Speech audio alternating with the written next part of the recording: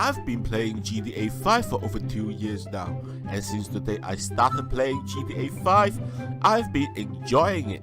And one of the best things is you can own a lot of stuff with the cash that you either buy your shark card with your real life money, not recommended, or you do your bunker business or MC business to make money and use that money to buy those new toys.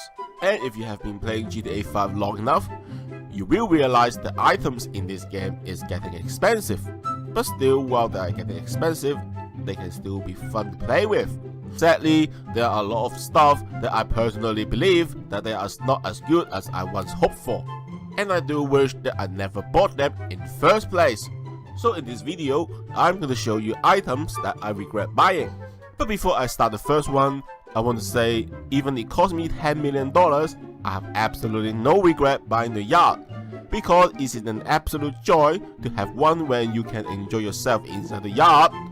You can also enjoy yourself outside the yacht. And with friends too. You can also enjoy yourself with the hot tub.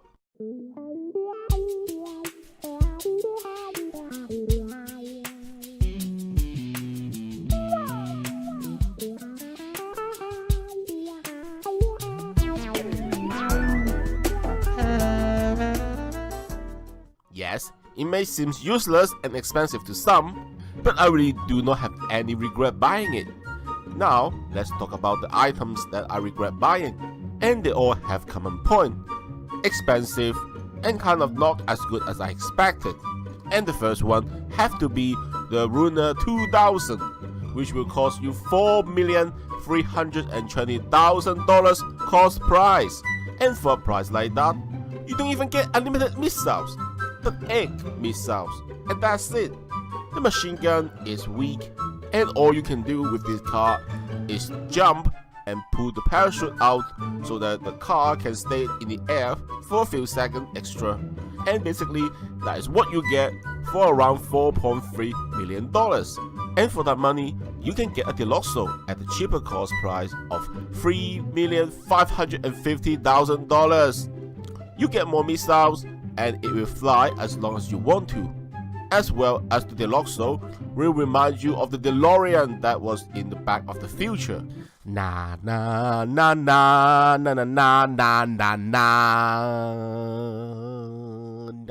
So, the Ruiner 2000 is not just expensive, but now it is useless as there are so many stuff in the game that is way better than that crap.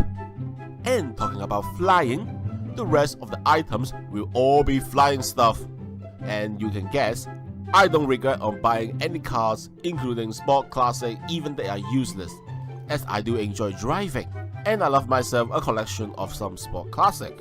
And while I don't enjoy flying a lot in this game, I have to say it does save time for resupply when you can fly, and it does help when you are under attack by others. But these few items are not only overpriced, but are absolutely hopeless when either attacking the others or under attack. And the first one that I'm going to mention is the Valkyrie. While this thing can be deadly with friends, it's absolutely useless when you're on your own, as you cannot use any weapon at all. And you are basically flying an unarmed Valkyrie. Not to mention this giant nonsense costs $2,850,000. For that money, you may well just get a buzzard and run away from enemies.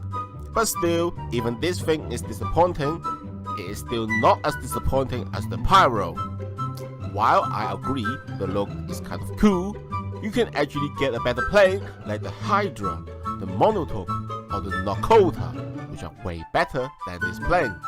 And as usual, the Hydra is the best out of all these, as there are some tryhard will still be using the Hydra to troll the lobby for better kill-death ratio. That means absolutely nothing.